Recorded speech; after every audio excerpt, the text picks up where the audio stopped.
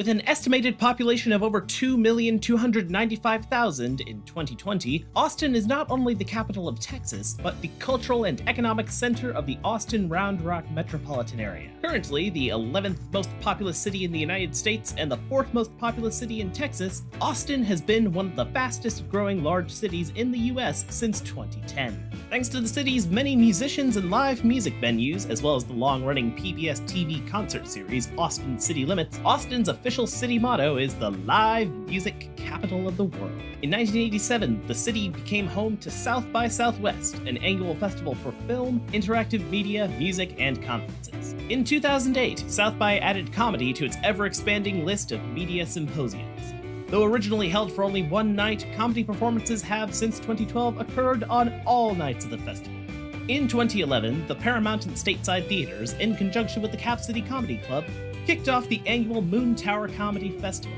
And in 2022, Moon Tower established a partnership with Canada's Just for Laughs. The history of comedy in Austin is still being written. In 2020, podcast host and sometime comedian Joe Rogan relocated his media presence to Austin for comedy and entertainment's new Third Coast. During the pandemic, Rebecca Trent, owner and operator of New York's The Creek and the Cave, closed up shop in the Big Apple and relocated to downtown Austin. During South by 2023, Joe Rogan opened his comedy mothership in the historic Ritz Theater on 320 East 6th Street.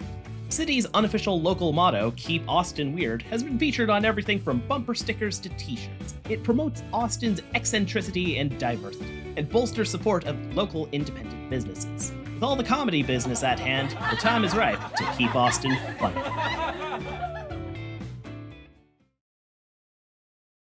The oldest joke on record came from a Sumerian cuneiform tablet from around 3100 to 2900 BCE. The apparently timeless joke was, of course, about passing gas, intimate relations, and marriage. The history of comedy in the modern era in Austin begins with vaudeville. Vaudeville was conceived from a variety of popular forms of entertainment, including the concert saloon, minstrel shows, circus freak shows, and American burlesque. I love the vaudeville era. It was one of the premier places where comedy was performed, other than silent film comedy. But vaudeville was a marvelous live medium of variety performance in theaters large and small, in major cities and smaller towns. Comedy was one of its largest and most successful forms. The great thing about vaudeville is you had room to fail. You developed perfected a 15 to 16 minute act, whether you had performing dogs or a brief dramatic skit, sang a couple of songs, or danced a little bit, or all of them together. Comedians were the backbone of vaudeville. Comedians were the glue that held vaudeville together. The variety was so extreme. It was like everything all the time. As I said, animal acts, singers, dancers. Comedians could morph into masters of ceremonies that could bring the very disparate acts together for an evening of enjoyment to introduce each act. Some comedians started interacting with the various acts to joke with the singer or joke with the person with the performing dogs. February of 1915, a new vaudeville theater began construction at 713 Congress Avenue. Conceived by Austin native Ernest Nall and designed by John Eberson, this state-of-the-art venue would be a bright star in the interstate vaudeville circuit. On October 11th, 1915, the Majestic Theater, as it was known then, opened its doors, selling 1,000 seats, most of which were only 25 cents a ticket. The new theater attracted top national and international talent like world-famous magician Harry Houdini, as well as stage and film legends the Marx Brothers, to Austin, and elevated the city's burgeoning cultural footprint. On November 2nd, 1920, the Westinghouse Electric and Manufacturing Company in Pittsburgh launched the first commercial radio broadcast under the call sign KDKA to broadcast the live returns of the Harding-Cox presidential election. Within just 4 years after the initial KDKA broadcast, 600 stations existed in the United States. Broadcast radio was being invented, and as the Great Depression hit, vaudeville was just too expensive to maintain as a viable performance medium. At the same time, radio was growing, and so many vaudeville performers, especially the comedians, found themselves moving over to the radio medium in the early 1930s. The emerging technology of radio radically changed the way people would enjoy entertainment.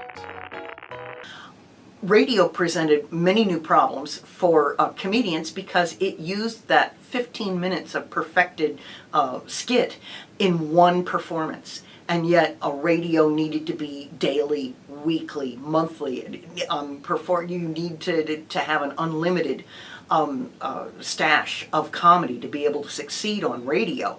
And so many vaudevillians burnt out within a matter of weeks and months. South and Central Texas got its first high-powered station in 1922. WOAI in San Antonio went on the air on September 25th, 1922. On February 6th, 1928, WOAI joined the world's first network, the National Broadcasting Company, which eventually became the TV network NBC. Comedy programs were some of the most popular offerings on the network. The early days of radio were flooded with comedians, including shows like Amos and Andy, The Bob Hope Show, and The Jack Benny Program. It's to Jack Benny's credit that he and his partner writer, Harry Kahn, figured out a way of dealing with that enormous maw of need of radio by creating characters, basically creating a sketch that was putting on a radio show. And so instead of just giving his 15 minutes of perfected monologue, he entered into dialogue with the other people around the radio microphones. And so that created new kinds of comedy. There hadn't been that kind of comedy in vaudeville, but it was, again, tremendously popular in the new medium, and radio was the top place for comic performers in the 1930s and 1940s. Radio came to Austin in 1921, courtesy of the physics department at the University of Texas, when one of the earliest licenses was issued to the university on March 22nd of that year. The call letters were initially 5XY. A new license was issued in 1922 with the call letters WCM, and on October 30th, 1925, a new license was issued with the call letters KUT.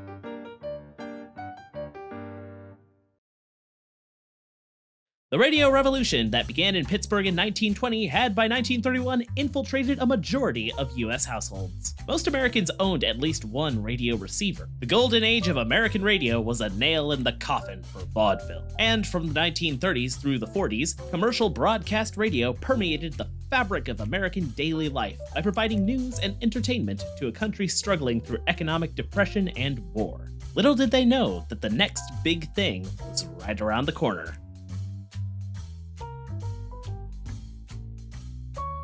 Radio had a huge problem in that its sponsors kept it so conservative that the major radio performers, most of them had been on the air 20 years. It was nearly impossible for new talent to break into the world of broadcast radio. The first TV station in Austin was KTBC, which aired its first broadcast on Thursday, November 27, 1952. The first television station in Austin and Central Texas was originally housed in a small studio in the Driscoll Hotel. The station was originally owned by the Texas Broadcasting Company and then by future U.S. President Lyndon B. Johnson and his wife Lady Bird. KTBC carried all major networks at the time: ABC, CBS, and NBC. However, it was a primary CBS affiliate. It carried roughly 65% of CBS's schedule, while NBC and ABC split the remaining coverage in half. So then when television comes along, starting in the late 40s into the early 50s, television programmers claimed to want a different kind of comedy. Radio comedy they thought was kind of slow and kind of soft.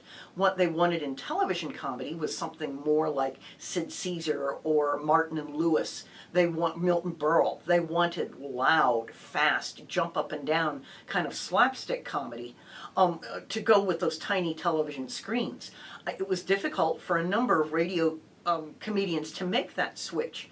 But early television, being based in New York City with the small screens, and was a terrific space for those club comedians, for the Catskills comedians, for New York-based comedians, because most of stable radio comedy had moved out to the West Coast, was Hollywood-based. So with early television centering in New York, it allowed a new generation of comedians to come up because they weren't the old-fashioned radio comedians. So there was this spark of newness. Progress spurs change. By 1955, a majority of U.S. households owned at least one television set. The kids that grew up with radio wanted a bit more edge to their TV. Teenagers and college students in the late 50s and early 60s craved programming that pushed the limits of what their parents considered acceptable family entertainment. Different media had different standards and different rules and different kinds of censorship. Radio was highly censored because of its sponsors, didn't want to have anything negative in any way, anything controversial associated with the advertisements for their products. Television, too, on the one hand, it had the sort of New York chic liveness to it, but it was also tremendously censored. And comedians who had come up in private clubs, in Harlem and sort of New York nightlife, where it was cool to be edgy, where to be different, you could speak about sort of verboten topics and things that were different from broadcasting. Indeed did have to have a number of different acts. New technology often comes with the same old problems. Television, like radio, needed sponsors and advertisers to pay for production. Audiences had an insatiable need for content, but the conservative standards of the era meant that broadcasters had to be careful not to offend listeners and viewers. More importantly, they needed to walk a very fine line with the folks that controlled the purse strings. It's a changing of cultural standards of the 1960s, of, on the one hand, the height of Playboy magazine culture, where to be a sophisticated urban young man, professional man, or part of a couple, which means your sort of newly liberal attitudes toward sex and obscenity and things like that, brought audiences to some of these supper clubs or other places where comedians were performing more blue comedy.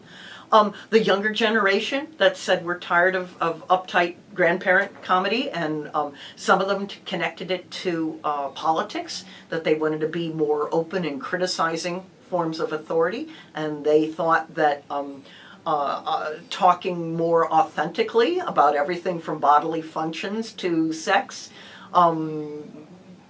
made them better comedians. So it's pushing the edges of the envelope in various ways for various purposes. In 1948, Jack Kerouac introduced the phrase Beat Generation, describing his social circle of underground anti-conformist youth gathering in New York at the time. The Beat movement was countercultural and anti-materialistic and stressed the importance of bettering one's inner self over material possessions. Hot on the heels of beatniks were hippies. Another countercultural youth movement that began in the United States during the mid-1960s, hippies adopted a tradition of cultural descent from bohemians and beatniks of the Beat generation in the late 1950s. There's a sea change in the 1960s, starting in the late 50s with beatnik culture, beat culture. This idea among especially younger intellectuals, younger comics, younger performers, that again, it's all about authenticity, that they wanted to discuss the problems of the world. They wanted to uncover, prejudice. They're trying to support the civil rights movement, the women's movement, the young people's movement, the critique of the war, the critique of accepting authority, the critique of consumerism. And so they're breaking it. It's happening everywhere, in music, in comedy, in drama. In college students on campuses wanting to, join movements and do things. So I think there's both give from the performers as well as push from the audiences, that they're flocking. Young audiences are flocking to encourage performers who are willing to push those edges of the envelopes of not being polite anymore, of willing to be offensive. Tom and Dick Smothers, known professionally as the Smothers Brothers, appeared frequently on television variety shows and released several popular comedy albums of their stage performances in the late 1950s and early 60s.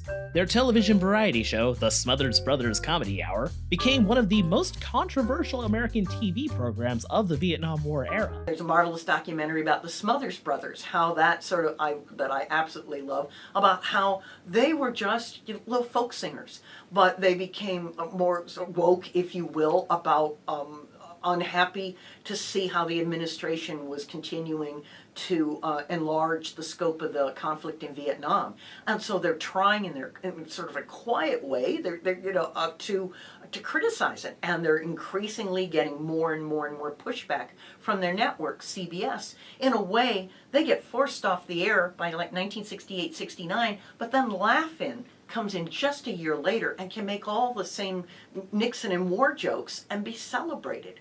So it's a mixed up time of some people able to push their voices out further, others very unjustly bearing the brunt of censorship, like Lenny Bruce over and over and over again.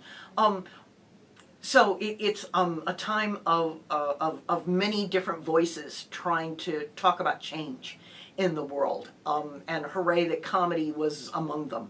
The restrictive nature of television gave rise to comedy clubs nationwide. Comedians like George Carlin and Richard Pryor played it safe on The Tonight Show with Johnny Carson and let it rip on stages all around the country. The clubs I think of as being based more on the coasts and in Chicago and maybe in Florida. So where the kind of madmen, admin, the tired business guy in a business suit in what we would consider today the blue states, were the homes of some of the first comedy clubs. There was another sort of ring of clubs, of performance spaces that were college-based. So Bob Newhart did sort of more college tours. Whereas sort of some of the Lenny Bruce's and some of the comics who appeared on, say, Ed Sullivan, a great way to break into mainstream media, or then like the Johnny Carson show. Then you were moving from the clubs to get a spot on one of those shows. Back in the day, many comics then wanted to get a TV deal. Oh, can I be on a situation comedy or something like that? Cable television began in the United States as a commercial business in 1950.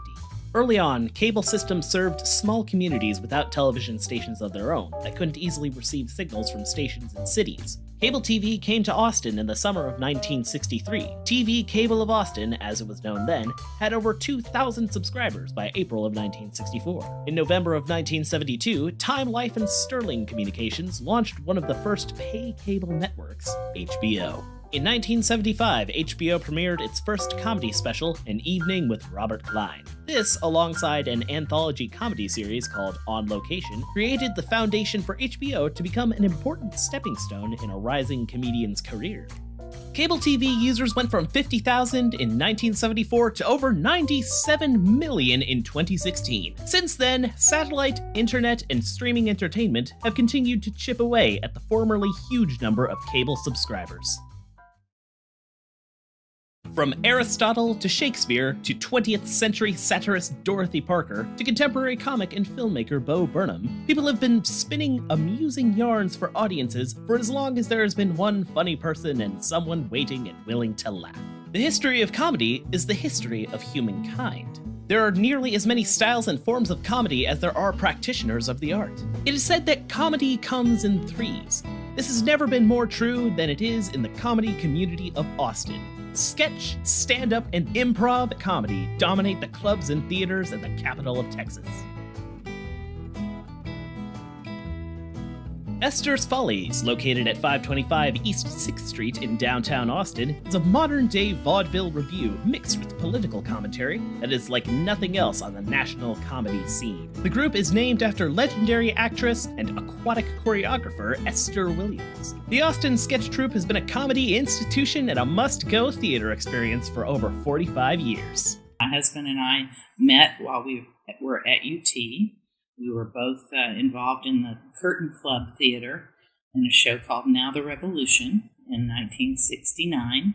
And then we got together and decided that we didn't want to leave Austin, so we just started figuring out ways we could come up with a place to work that we could run ourselves. So we started with Liberty Lunch down on 2nd Street, and then when the city kind of took over that whole area by eminent domain, we had already moved on to a little place down here on 6th Street, which was the original Esther's Follies, and it burned down not very long after we were here for about 3 years. Then we moved up to the Ritz, which we had for a while, and we were planning to do things there, but we decided we'd also do Esther's there because we had no other theater. We went to the Ritz for about half a year. It was very difficult because it was just so big and cold and drafty and not conducive to comedy. We got the option to get this theater, which is, and they helped us do that. We had to go through banks and things, and we were not wealthy at the time. We had no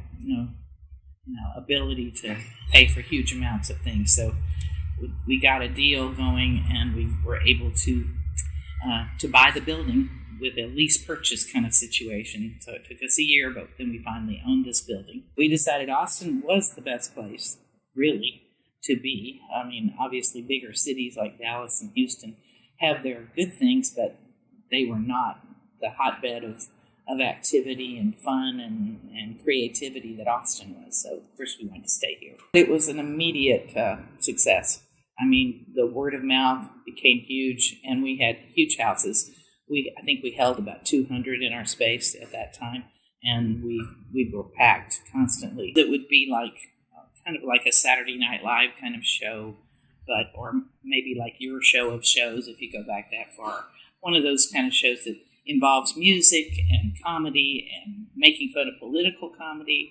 Our ability to do things about the political scene has always been able to be helped by the fact that the politics have been crazy in the United States. We had a great time with Trump. We had a great time with Clinton. We had a good time with Reagan. There's always been people that we can make fun of. Now, we've tried to do a balance so that we're not always putting down the Republicans. But unfortunately, lately anyway, the Republicans tend to make more funny stuff. In the beginnings, the Texas state legislature just was basically a rubber stamp for whatever they wanted to do, the good old boys of Texas. So there weren't too many great things that we could glom onto. We've always aimed towards a national audience. When Ann Richards was running for governor, we were approached by Liz Carpenter to get on a bus and go around to little towns in Texas and do a little spiel for Ann. So my piano lady at the time, Leova Rosenoff, and I got on these buses and went to, every little small town and pulled up in their central square and sang about 3 songs, and then somebody spoke, usually Ann's mother or father or somebody like that. And one time when we went to College Station, it was Carol Channing who showed up and sang "Diamonds Are a Girl's Best Friend" and handed out little fake diamonds and things like that. So it was a lot of fun. Well, I'd say the most important thing that Austin has is an incredible audience.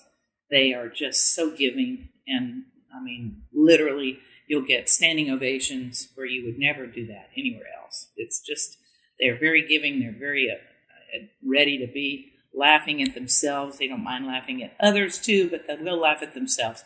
At least that was the case prior to Trump. Unfortunately, we've had some pretty angry people. We have pretty much we feel safe to the extent that we don't think that we'll ever have somebody come in and shoot us or anything like that. Although 6th Street has certainly had some shootings, but it's mostly at 3 a.m. Comedy has been a big part of Austin since when we got here in '77, and then many other improv troupes and stand-up clubs have done well. Cap City, of course, has been doing well, and it's coming back. They've got a new space that's out in the Domain, which is perfect because it's a whole world of people, college age and just beyond college age, that all work out there, and of course they love to laugh too. So Originally launched as The Laugh Stop in 1986, located at 8120 Research Boulevard, the Capital City Comedy Club served as a second home to legendary groundbreaking Texas comics Bill Hicks and Ron White. Cap City is a key sponsor of the Moon Tower Comedy Festival and home to the Funniest Person in Austin contest, now in its 38th year.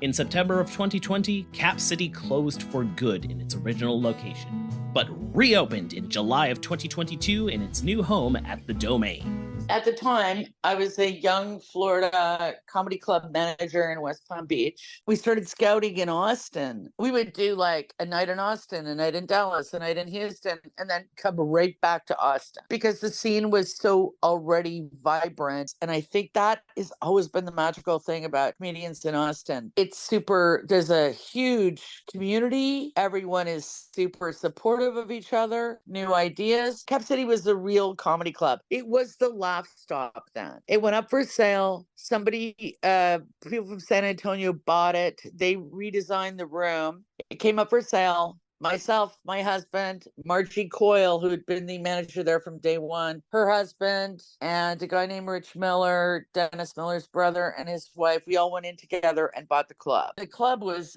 totally happening until March of 2019. It was like the hottest spot in Austin for stand-up, and FPIA, Funniest Person in Austin, had been running for many, many years. I think almost 30 years at that point. But yeah, we had no choice but to we had to shut it down. Through our years at Cap City, Mark Grossman, who started the wonderful Helium Comedy Club in Philadelphia, and one of our partners actually worked for him as a talent consultant. So we all kind of got into business together. Everyone wanted to get out. Mark was the one who came forward to say, like, let's reopen Cap in Austin, but in a different location, like out of that plaza that it was in. The Domain was really young when we were, the Domain has grown tremendously. Mark is the one who spearheaded it. One of the mainstay of Cap City was growing local comics. We had a policy that we would mostly, unless it was really enforced on us, the headliners that came in had to use local comedians to open and feature. Growing local talent was always in our DNA. That was like a main thing. It's because also the audiences in Austin really support their local people. Every single comic wants to play Austin. Ron White, it's like he's a Texas guy, mostly Dallas, but lives in Austin and has had some of his most memorable shows in Austin. I actually, in his last year of life, managed Bill Hicks, and he was a very, very good friend of mine. And Austin was always his favorite stuff to try out material as he traveled the world. Yeah, Austin was like his second home. He lived in New York and LA, but Austin is always where he most preferred doing comedy. For comedy, and this is what I've always loved about it, there is something for everyone. You don't like this week's act, you'll love next week's act that we're bringing in or presenting. Comedy is a wonderful unifying thing. The simplest rules of improv include saying yes and, always adding new information, don't block someone else, avoid asking questions, and playing in the present by using the moment. The rules of improv in Austin, however, there are no rules! From the Fallout Theatre to the Cold Town Theatre to the Hideout Theatre, there is no end to quality improvisational comedy available in the capital of Texas.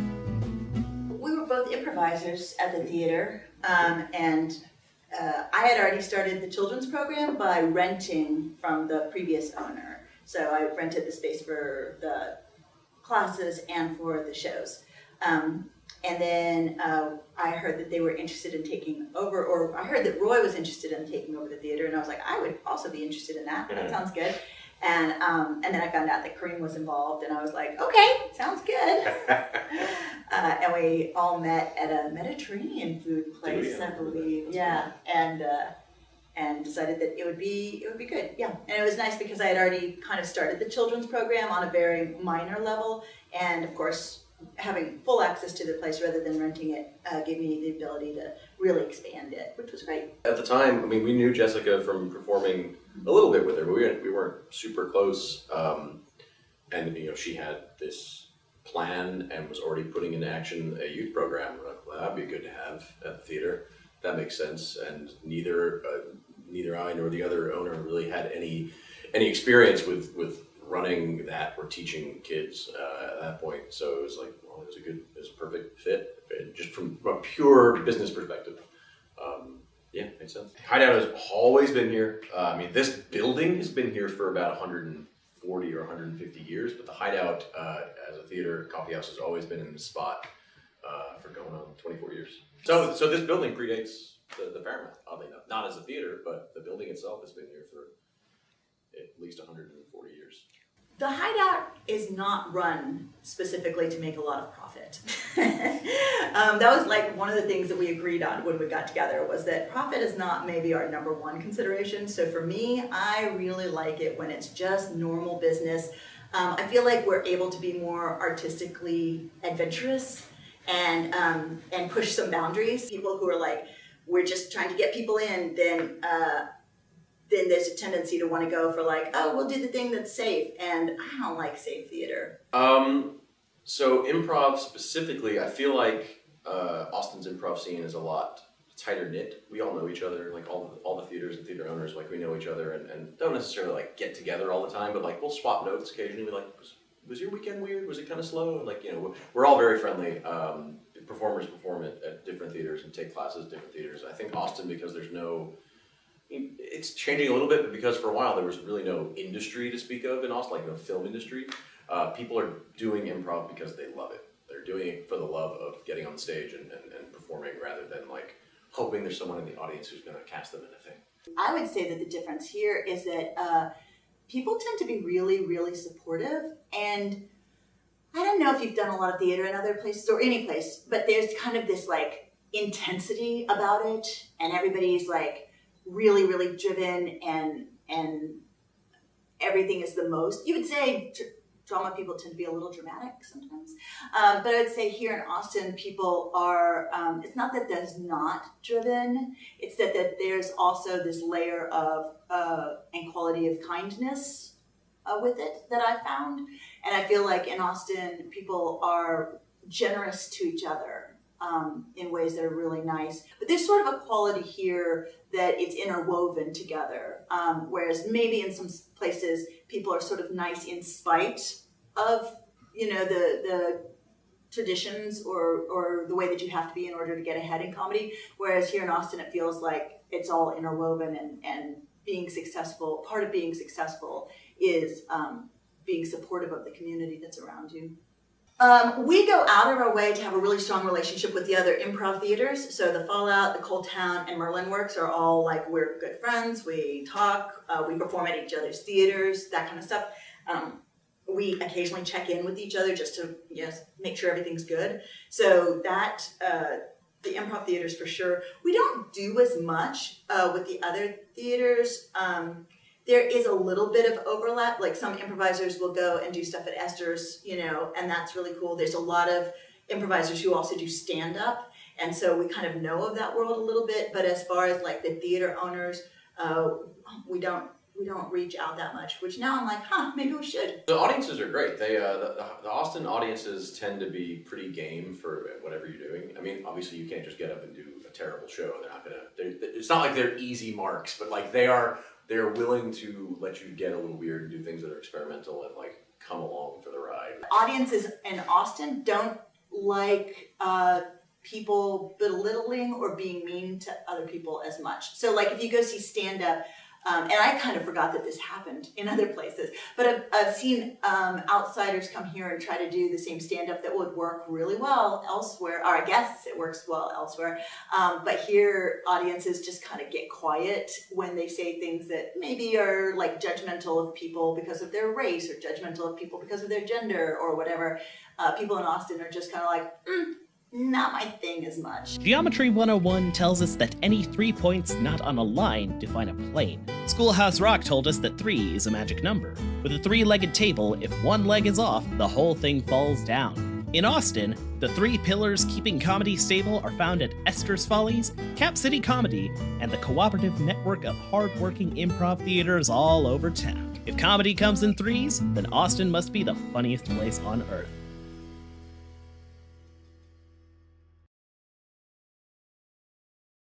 In Austin, it's remarkably easy to make a bad habit out of having good fun. As Austin takes its place among the world's leading cities, its cultural and entertainment footprint continues to grow. A city where the only thing that never changes is how much the city is always changing. The US Census Bureau ranks Austin first among the 50 largest US metros based on net migration as a percent of the total population in 2020. Austin is already well known for its many entertainment festivals, from the ACL Music Festival to the ATX Television Festival, and from the South by Southwest Music, Film, and Interactive Media Conference to the Austin Film Festival. As an up-and-coming powerhouse for new and veteran comedy performers, Austin brings the heat to comedy festivals. Established in 2012 in conjunction with the Cap City Comedy Club, the Moon Tower Comedy Festival is still going strong. The Austin Theater Alliance created and launched this nationally recognized annual comedy festival with headliners Wanda Sykes, Stephen Wright, Seth Meyers, Nick Offerman, Aziz Ansari, Mark Maron, and many, many others. What once began as a 4-day event has now grown into a 10-day event across multiple venues in Austin. In 2008, a comedy element was added to South by Southwest, only held for one night. By 2012, comedy performances occurred on all nights of the festival. With an established history of featuring seasoned veterans and fresh-faced challengers to the throne, the South by Southwest Comedy Festival brings the next wave of trend-setting comedic talent to the entertainment industry and creative community deep in the heart of Texas. In 2021, Montreal's Just for Laughs organization teamed up with the Paramount to reimagine the Moon Tower Comedy Festival as Moon Tower Just for Laughs Austin. Just for Laughs was founded in 1983 and hosts the biggest comedy event in the world in Montreal. Austin joins Toronto, Vancouver, Sydney, and Bermuda as host cities for this legendary, internationally regarded comedy event.